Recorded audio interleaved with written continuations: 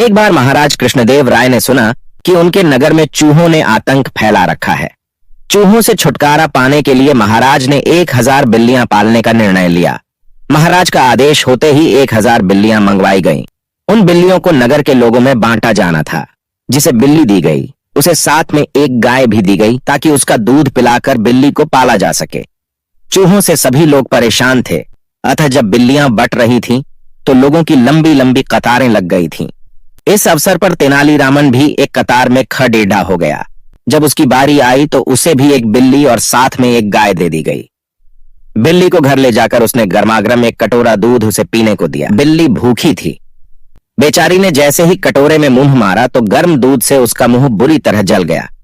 इसके बाद बिल्ली के आगे जब दूध रखा जाता, चाहे वह ठंडा ही क्यों न हो, बिल्ली वहां से भाग खड़ी होती।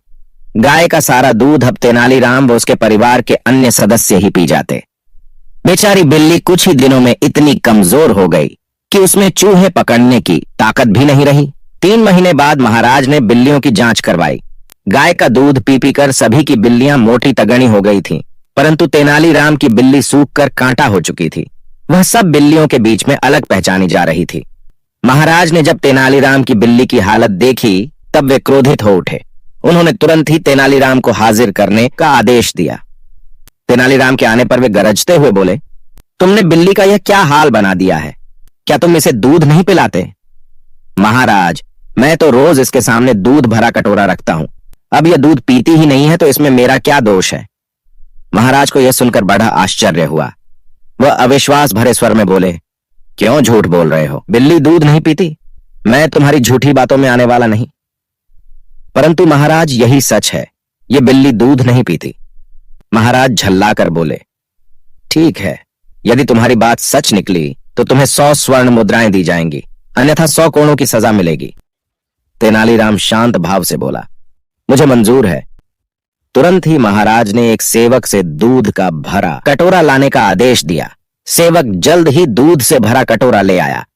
अब महाराज ने तेनालीराम की बिल्ली को हाथों में उठाया और उसका सिर सहलाते हुए दूध के कटोरे के पास छोड़ते हुए कहा, बिल्ली रानी दूध पियो।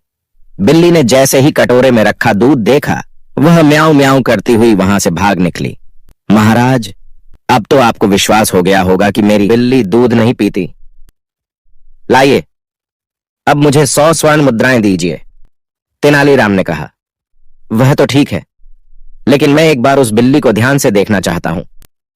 यह कहकर महाराज ने एक कोने में छिप गई बिल्ली को पकड़कर लाने का आदेश दिया। बिल्ली को अच्छी तरह देखने पर उन्होंने पाया कि उसके मुंह में जले का एक बड़ा सा निशान है। वह उसी क्षण समझ गए कि बिल्ली मुंह जल जाने के डर से दूध पीने से कतराती है।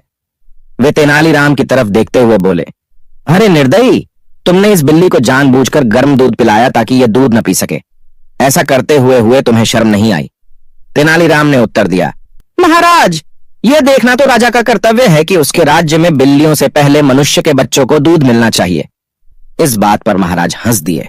उन्होंने तेनालीराम को तुरंत ही 1000 स्वर्ण मुद्राएं भेंट की और बोले, तुम्हारा कहना ठीक है, परंतु मैं आशा करता हूं कि भविष्य में तुम बेजुबान पशुओं के साथ दुष्टता नहीं करोगे।